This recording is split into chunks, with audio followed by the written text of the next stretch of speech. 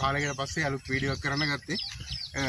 ඉතින් ඔයාලා කලින් මාසවල දකින්න ඇති පොල් ගෙඩිය පොච්චලා මේ අරක්කු හැදෙනවා කියලා මේ වීඩියෝ දැම්ම ගොඩක්.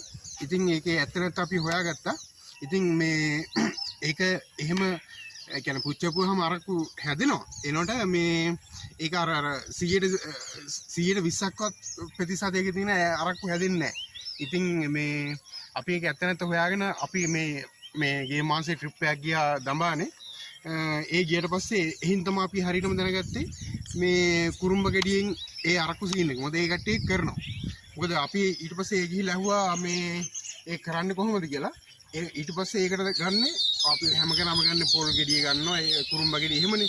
එනකොට හරිම වැඩේ පොල් ගෙඩිය නෙමෙයි කුරුම්බගත් නෙමෙයි කුන්දිරා තමයි හරිම වැඩේ. ඊට පස්සේ අපි කුන්දිරා ගෙඩියක් ගෙනාවා. අපි කලින් කරලා බලුවා වැඩේ හොඳටම හොඳයි. ඉතින් ඒක වීඩියෝ එකක් කරන්න හිතුණා. මේ තියෙන කුන්දිරා ගෙඩිය අපි එහෙනම් මේ අපි පිළිමලේ ලං කරන්න තියෙන්නේ.